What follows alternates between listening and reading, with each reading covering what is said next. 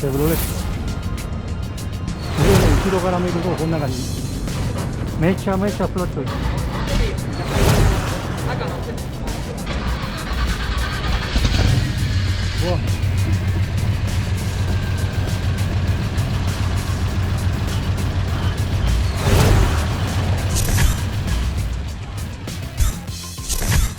これ令和4年12月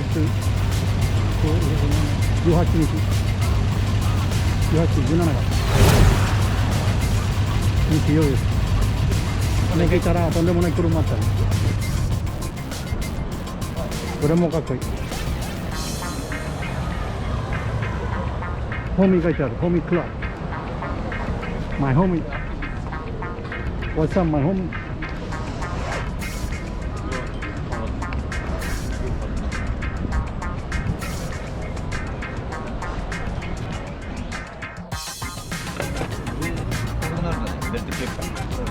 俺も知ってるんで。3番見てる。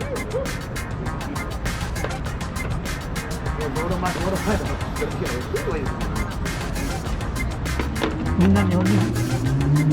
でもホーミークラブすごいね、名前は。素晴らしい。なんかつながりあるから。どこかホーミー。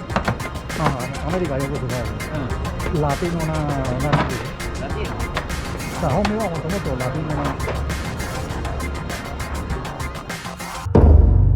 よー